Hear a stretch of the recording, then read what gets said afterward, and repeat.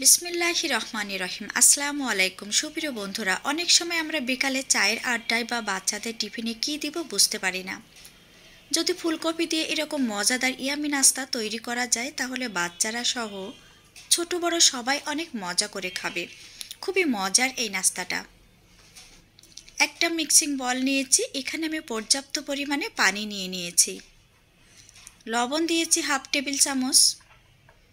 আগে থেকে কেটে রাখা ফুলকপিটা এখানে দিয়ে দিয়েছি। দিয়ে খুব ভালোভাবে এটা আমি ভিজিয়ে রেখে দিব। 10 থেকে 15 মিনিটের মতো ভিজিয়ে রেখে দিতে হবে। যদি ফুলকপির ভিতরে কোনো পোকা থাকে তাহলে বের হয়ে আসবে। 10 মিনিটের মতো রেখে দিয়েছিলাম।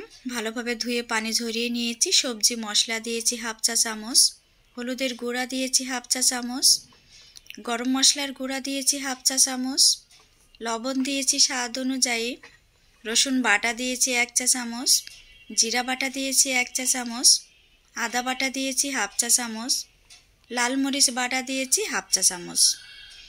চাইলে এখানে মরিচের গুঁড়াটাও দিয়ে দিতে পারেন। আমি সবসময় বাটা মশলাটা খেতে অনেক ভালোবাসি। খুব ভালোভাবে ম্যারিনেট করে এটা রেস্টে রেখে দিতে হবে 10 থেকে 15 মিনিটের মতো। 10 থেকে 15 মিনিট পরে ফিরে এসেছি। শুকনো ঝরঝরা চাউলের গুঁড়া দিয়েছি 1/4 কাপ, কর্নফ্লাওয়ার দিয়েছি 1/4 কাপ, ডিম দিয়েছি একটা, দিয়ে এখন খুব ভালোভাবে আবার একটু ম্যারিনেট করে নেব। এখানে কিন্তু আমি একটুও পানি ব্যবহার করব না।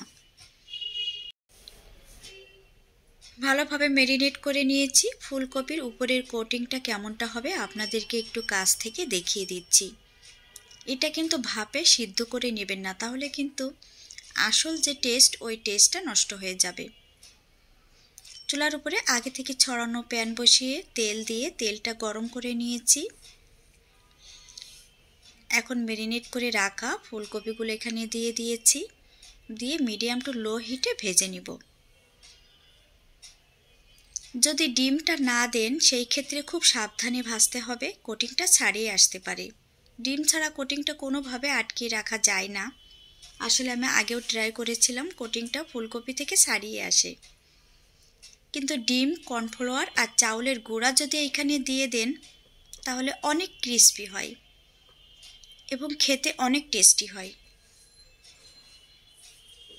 মিডিয়াম টু লো হিটে ভেজে নেবেন। ফুলকপি কিন্তু একটুও কাঁচা থাকবে না। উল্টে পাল্টে আমি আমার পছন্দ মতো কালার করে ভেজে নিব।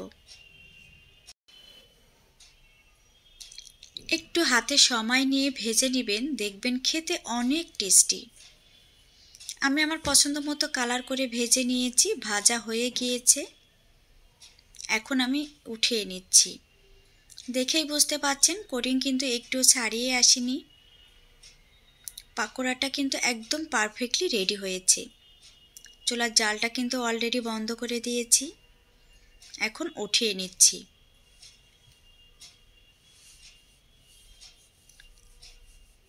এটা কিন্তু অনেক মশমশা হয়েছে। গরম গরম খেতে যে কতটা মজার টেস্টি, একবার বানিয়ে খেলে বারবার খাবেন। একটা ছড়ানো পাত্রে টিস্যু পেপার দিয়ে আমি এভাবে রেখে দিচ্ছি যাতে এক্সট্রা যে তেলগুলা থাকে ওগুলা টিস্যুতে টেনে নেবে।